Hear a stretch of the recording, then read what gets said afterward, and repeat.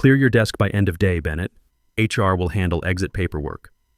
I stared at the email on my screen, read it again, then a third time, hoping the words would somehow rearrange themselves into something that made sense. 5 days. That's all I'd taken to bury my father in Oregon and help my 14-year-old son Cooper process losing his grandfather. 5 days of approved bereavement leave. The same father who taught me everything about standing firm when life tries to knock you down. The same Korea War veteran who'd served his country with honor for 3 years before coming home to build a life in timber country. My name is Bennett Walsh, and I'm 48 years old. Until about 2 minutes ago, I was the regional team lead at Summit Edge Logistics in Boise, running the highest performing division in the company. 10 years I'd given them. A decade of 60-hour weeks, of building a team that functioned like a well-oiled machine, of growing profits by 27% year over year in an industry where 10% was considered good. The email continued. We need personnel who prioritize operational demands during critical periods.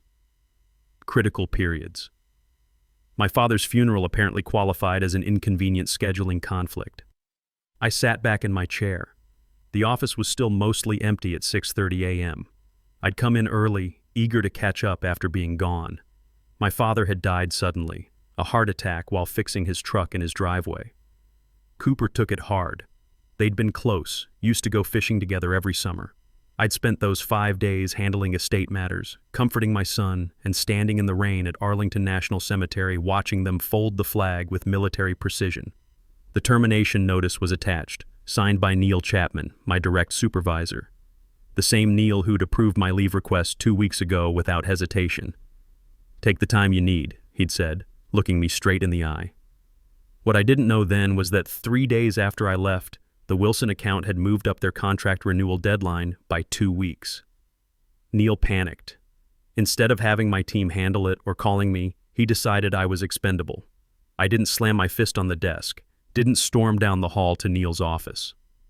My Navy training kicked in. Assess, adapt, execute. I pulled out my phone, photographed the email, forwarded it to my personal account. Then I shut down my computer and started packing. The cardboard box came from the supply room. I moved methodically, like field packing a deployment bag. Personal items only, the photo of Cooper at his basketball game, the coffee mug he'd made me in art class, the small cactus my team had given me last Christmas. 10 years condensed into one box. By 7:45, other employees started trickling in. Owen Campbell, one of my logistics coordinators, was first to notice. "Chief, what's going on?" He always called me Chief. The whole team did, a nod to my Navy background. "I've been let go," I said simply. "What? Why?" Apparently taking approved bereavement leave to bury my father wasn't showing proper dedication. Owen's face went from confusion to rage. "That's not right. Does Richard know?" Richard Donovan was the regional manager, technically Neil's boss. I doubt it. Neil doesn't strike me as the type to ask permission before making moves. More of my team arrived. Brady Torres got there next. He was 28, fresh-faced, the kid I'd hired as an intern 5 years ago and trained from the ground up. He looked at the box, then at me, and I watched his expression crumble. "This is garbage, Chief," he started, but I cut him off with a slight headshake. "It's done, Brady." Neil made his call. "But we just closed the New Brook merger. Profits are up 27% because of your planning." I smiled sadly. Apparently not enough.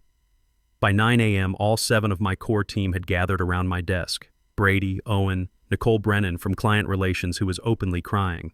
Troy Langford, our logistics specialist who rarely showed emotion, looked ready to punch through a wall. Behind them stood Maggie Sullivan, Rita Hayes, Carla Mendez, and Andrea Stone. "You can't leave," Nicole insisted. "The Wilson account renewal is next week, the Henderson contract negotiations. Nobody knows the systems like you do." I finished taping my box. Neil should have thought of that before firing me for attending my father's funeral. The weight of those words hung there. My father, buried just days ago. The dirt still fresh on his grave. And now this betrayal from a company I'd poured a decade into. "Everyone back to your stations." Neil Chapman's voice cut through from behind us. He stood there, arms crossed, his thin face set in that disapproving expression I'd seen him use on underperforming vendors. "We have deadlines." Nobody moved. "Now," he added, voice rising slightly. After a long moment, my team dispersed, each giving me a meaningful look as they returned to their desks. Neil approached me, lowering his voice. This could have been handled more discreetly if you'd waited until end of day. I met his gaze steadily. Like the discretion you showed firing me via email after approving my bereavement leave? His jaw tightened. Business needs change rapidly. The Wilson deadline moved up while you were gone. Summit Edge needs people who understand that priorities shift. Your father's passing was unfortunate, but don't, I warned, voice quiet but hard as steel. Don't finish that sentence, Neil. Something like uncertainty flickered across his face. Then he straightened his tie. Human Resources is expecting you. Don't make this difficult. I picked up my box. I won't make a scene, but remember this moment. You might find it important later. My father used to say, measure a man when he has power over you. Neil Chapman had just been measured, and he'd come up short. The HR office was sterile. White walls, minimal decoration, and Helen Pierce's sympathetic but practiced expression. She'd only been with the company 6 months, brought in from outside. I'm sorry about this, Bennett, she said, sliding papers across her desk. And I'm very sorry about your father. Thank you. I scanned the documents. Standard severance, 2 weeks' pay, non-disparagement clause. The non-compete agreement stared back at me. 6 months, no working for competitors within 300 miles of any Summit Edge location. Is there anything I should know about why this happened? Helen asked carefully. This seems abrupt.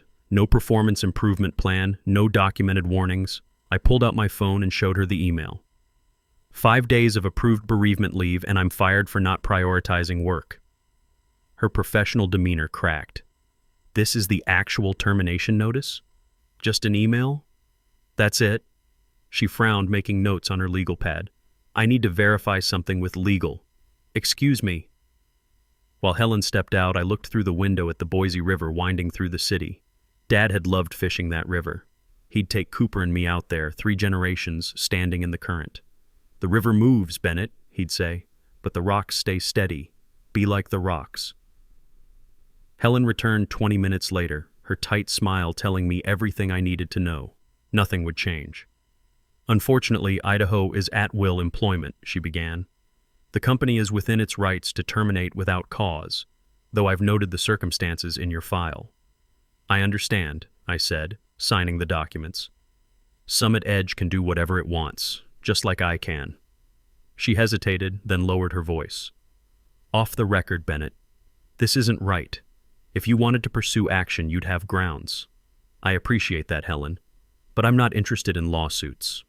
As I walked through the main office toward the exit, carrying my box, I felt eyes following me. My team watched silently from their desks. I gave them a small nod. Brady looked like he wanted to say something but didn't. Outside, September air was warm. I placed my box in the trunk and sat in the driver's seat for a moment, letting myself process everything. Then my phone started buzzing. Text after text. Brady, Chief, this is wrong. What can we do? Nicole, are you okay? Can we meet up? Owen, Neil's a spineless coward. The team is furious. More messages poured in from Troy, Maggie, Rita, Carla, and Andrea. These people weren't just colleagues. They were the closest thing to a military unit I'd had since leaving the Navy 12 years ago. Then my phone actually rang. Marshall Reed, CEO of Vertex Transport Systems, Summit Edge's biggest competitor. We'd met at an industry conference in Portland last year. Former Marine colonel, built Vertex from nothing over 15 years into a regional powerhouse with $240 million in annual revenue. He'd been trying to recruit me for 8 months. I answered. Marshall, Bennett, heard you're available? Want to grab coffee? Word traveled fast in the logistics world. You heard right. When? How about now? The Vertex office was everything Summit Edge wasn't. Open concept, floor-to-ceiling windows with mountain views, collaborative workspaces. Marshall Reed welcomed me with a firm handshake, his silver beard and sharp eyes sizing me up the way officers do. Been hoping you'd call, he said, leading me to a conference room. Though I didn't expect it under these circumstances. What happened? I showed him Neil's email. Marshall read it twice, his jaw tightening. That's not just bad management, Bennett. That's inhumane. Bereavement leave exists for a reason. I lost men under my command in Desert Storm. I know what grief looks like. Summit Edge values profits over people, I replied. I just never thought I'd be on the receiving end. Marshall leaned forward, elbows on the conference table. I'll be direct. I want you on my team. We're expanding Pacific Northwest operations, and we need someone with your expertise. Division director position is yours if you want it. Base salary goes from your current $118,000 to $183,000, plus equity package and performance bonuses. We'll also cover any legal expenses if Summit Edge tries to enforce that non-compete. My heart rate picked up. Division director was 2 levels above my current role. I have a son, 14 years old. He just lost his grandfather. I need stability, not a legal battle. I respect that, Marshall replied. And I'm not asking you to burn bridges or act unprofessionally, but that non-compete is overly broad. Our legal team has reviewed similar agreements. Given the circumstances of your termination, it's likely unenforceable. Still, take the weekend, talk to your son. We'll discuss specifics Monday. That evening, I sat down with Cooper at our kitchen table.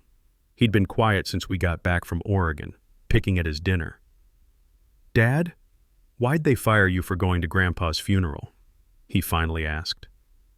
I looked at my son. He had his mother's eyes, sharp and observant. She'd been gone 3 years now, cancer, and sometimes I still caught myself wanting to ask her advice on raising a teenage boy. Sometimes people fail the character test when it matters most, I said. What matters is how we respond. Are you going to sue them? No. I'm going to do my job better somewhere else. Show them they made a mistake. Cooper was quiet for a moment, pushing rice around his plate. Grandpa would say that's the right move. He would. He also taught me that when one door closes, you look for a better one. So you got another job already? An offer? From a competitor? Better position? Better pay? But it might get complicated legally. Cooper looked up. Because of that non-compete thing you were reading about? Smart kid. Yeah. Grandpa always said stand your ground. You didn't do anything wrong, Dad. I reached across and squeezed his shoulder. Thanks, Coop. That weekend, I met Owen and Nicole at Riverfront Brewing, a place downtown where we wouldn't run into other Summit Edge employees. They arrived together, anger and concern written on their faces. How are you holding up, Chief? Nicole asked as we settled into a booth. I'm managing. It's been a rough couple weeks, but I'll land on my feet. Owen snorted. Neil's an idiot. The office is already chaos. Nobody can find the Henderson proposal files, and your system access hasn't been transferred to anyone. The Wilson account is asking where you are. Sounds like a Neil problem, I said, taking a drink of my beer. Nicole leaned in. It's more than that. Everyone's talking, and not just our team. People are scared now. If they did this to you, their top performer, what would they do to anyone else? Paula from accounting said 3 other people have been terminated in the past 18 months right after taking medical or bereavement leave. I filed that information away. A pattern of behavior. Richard called an emergency meeting yesterday, Owen added. Saturday morning. He flew back early from Seattle, looked furious when he found out what Neil did. The regional manager didn't know? I asked. Neil told him it was handled, some urgent performance issue. Richard believed him. Nicole shook her head. The Wilson deadline moving up wasn't your fault, Chief. Any of us could have handled it if Neil had just asked. Neil panicked, I said simply. Made a bad decision. That's on him. As we talked, more texts came in from other team members. Similar stories. Files misplaced, clients asking questions, frustration mounting. Summit Edge was already feeling my absence, and it had only been 2 days. What will you do now? Owen asked. I hesitated, then decided they deserved to know. I've had an offer. From Vertex, division director role. Their eyes widened. But the non-compete, Nicole started, might not be enforceable, especially given how they fired me. Vertex is willing to fight it if needed. Owen and Nicole exchanged a look. Then Brady's name lit up my phone screen. Chief, you need to see this, Brady's text read, with a screenshot attached. It was an internal email from Neil to Richard, sent while I was in Oregon. Bennett's absence during Wilson crisis demonstrates lack of commitment to critical operations. Recommend immediate termination upon return. Neil had decided to fire me before I even got back. Monday morning, I called Marshall Reed. I accept your offer, I told him. But I have conditions. Name them. First, I want to build my own team. If my former colleagues from Summit Edge apply to Vertex, I want them to receive fair consideration based on merit. Second, I want everything in writing regarding the non-compete legal coverage. Done and done, Marshall replied. Our legal team will have documents ready this afternoon. And Bennett, if your people are half as good as you, we'd be lucky to have them. That afternoon, I signed my contract with Vertex. Division Director, Pacific Northwest Operations. The equity package alone was worth more than 2 years of my Summit Edge salary. As I left Vertex's offices, I checked my phone to find 7 new messages.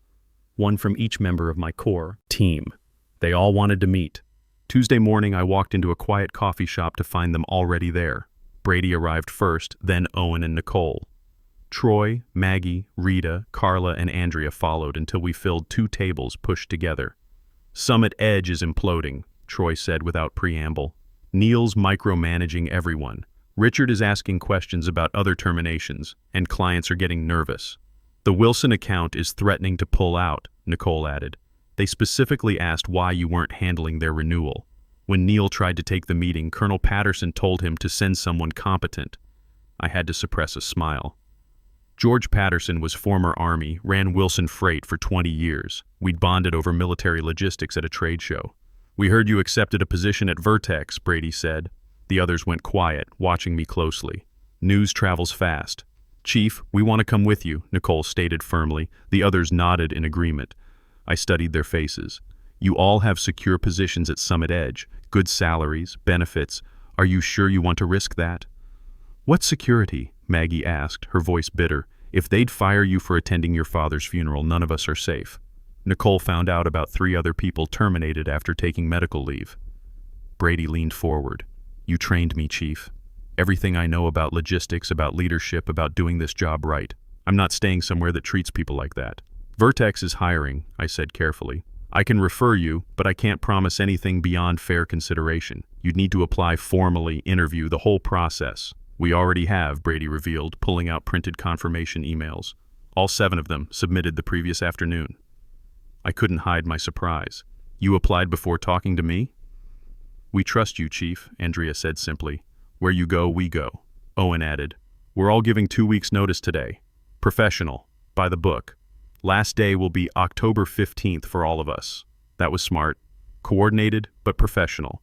No bridges burned unnecessarily. Then I'll make sure Vertex moves fast on your applications, I promised.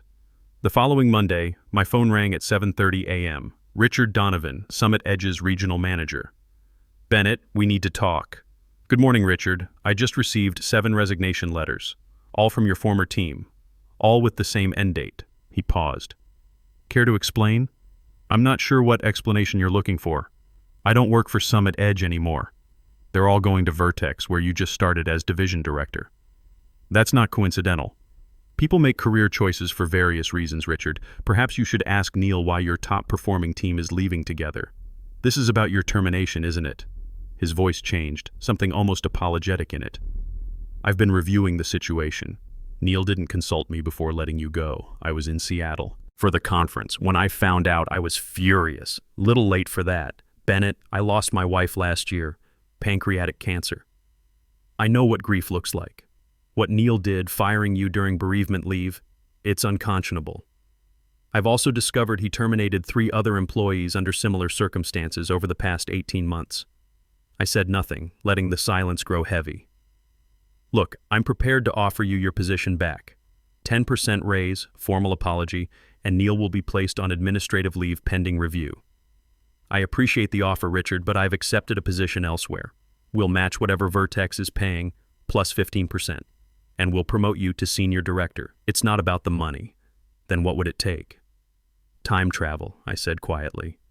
Going back to when my father died and Summit Edge showing basic human decency instead of punishing me for grieving. Can you do that? Silence on the line. I need to go, Richard. I have a meeting. Your non-compete, he started, voice hardening. You're in violation. We can pursue legal action.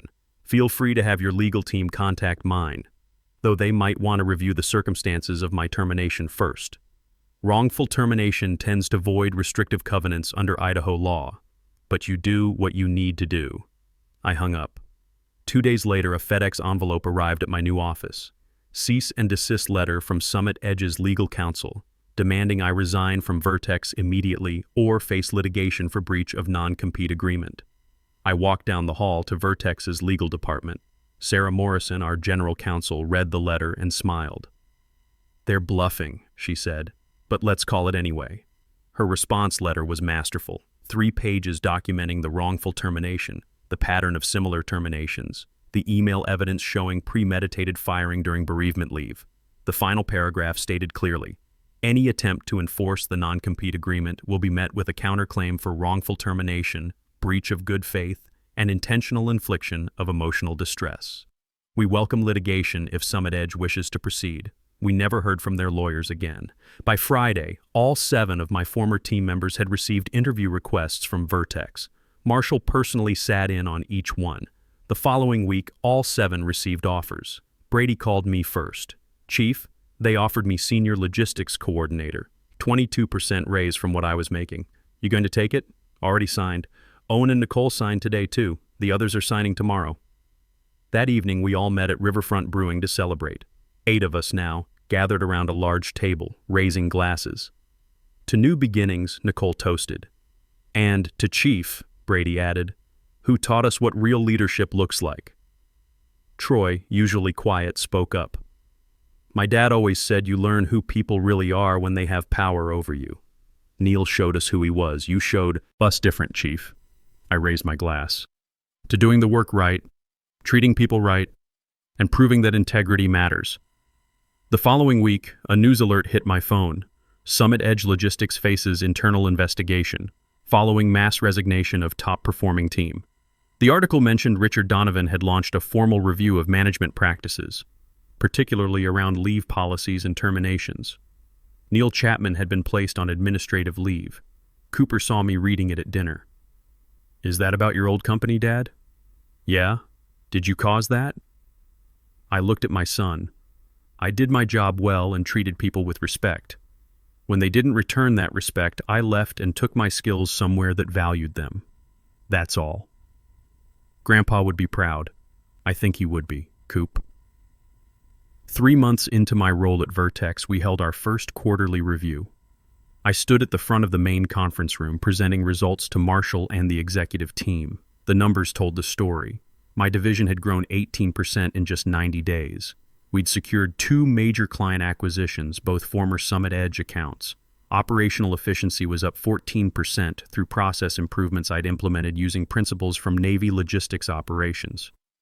"Exceptional work, Bennett," Marshall said when I finished. "You and your team have exceeded every projection we gave you."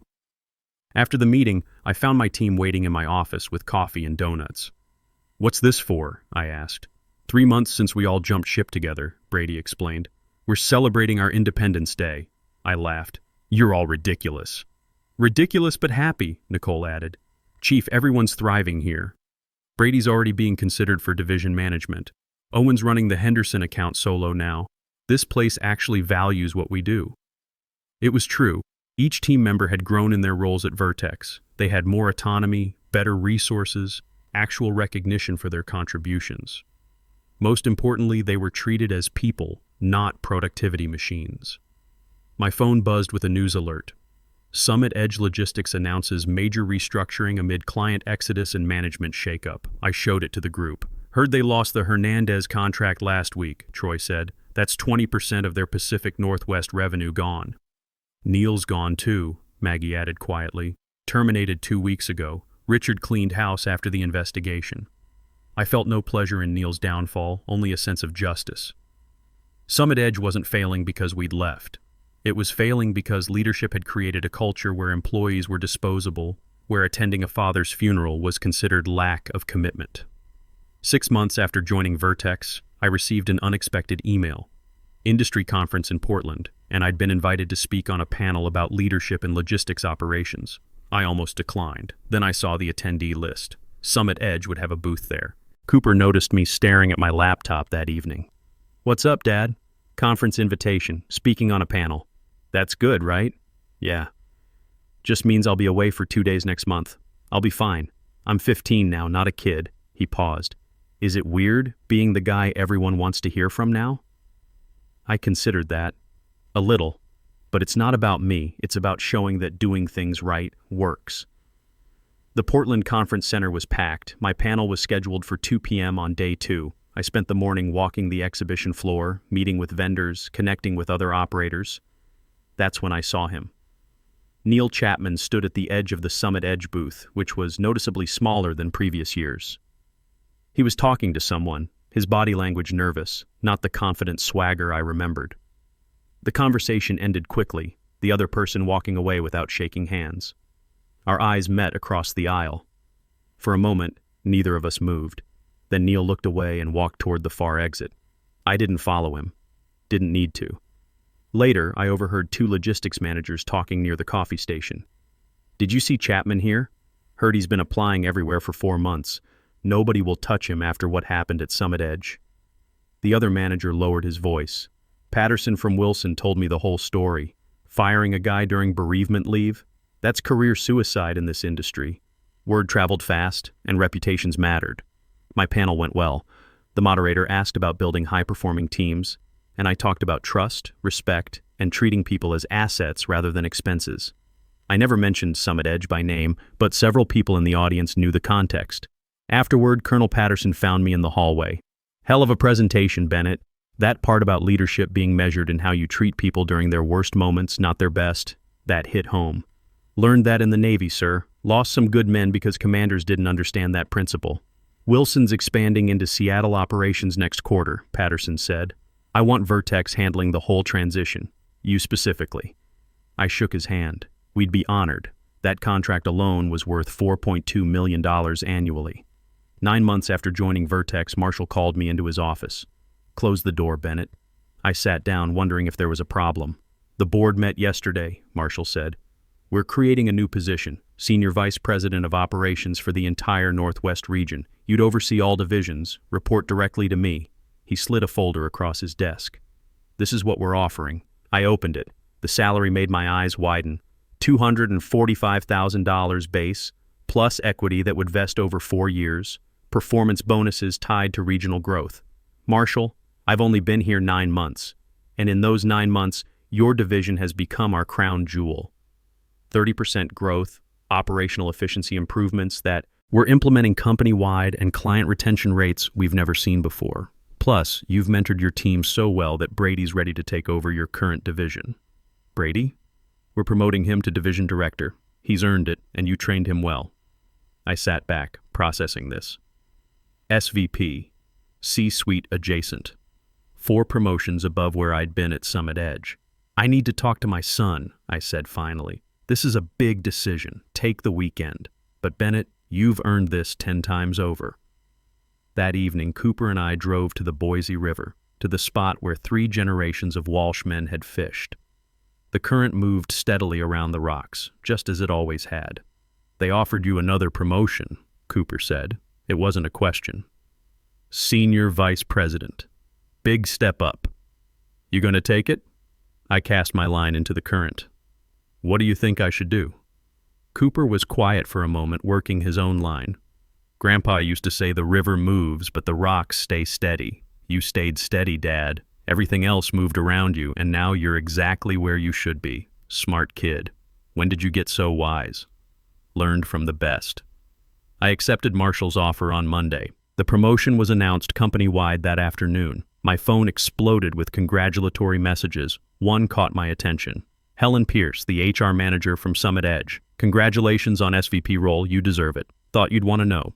Summit Edge is being acquired by Meridian Shipping. Closing announcement next week. Your old building is being sold. Vertex made an offer on it. I showed the message to Marshall later. He grinned. We're buying it for our regional expansion. Seemed fitting. 12 months after that email termination, I stood in what used to be Summit Edge's main office building, now Vertex's Northwest Regional Headquarters. The space had been completely renovated. Open concept, natural light, collaborative workspaces. Brady walked up beside me. Weird being back here, Chief? A little. But it's not the same place anymore. No, it's better. Because we made it better. That evening, Cooper and I returned to the river one more time. The sun was setting, painting the water gold. 3 generations caught fish here, Cooper said, casting his line. Great-Grandpa Howard, you, now me. Your great-grandfather taught me something important, I said. The river moves, Cooper. Things change. Sometimes unfairly. But if you stay steady like the rocks, if you keep doing the work right and treating people right, the river goes around you. You don't get swept away. Did you destroy them, Dad? Summit Edge? I thought about that. No, I built something better. That's the difference. The best revenge isn't tearing down what hurt you. It's creating something that makes the old way obsolete. Cooper smiled. Great-Grandpa would be proud of that. I think he would be, Coop. As we fished in comfortable silence, I realized my father had been right all along. Stand firm. Do the work. Treat people with dignity. The rest takes care of itself. The river moved on, but we remained steady, just like the rocks.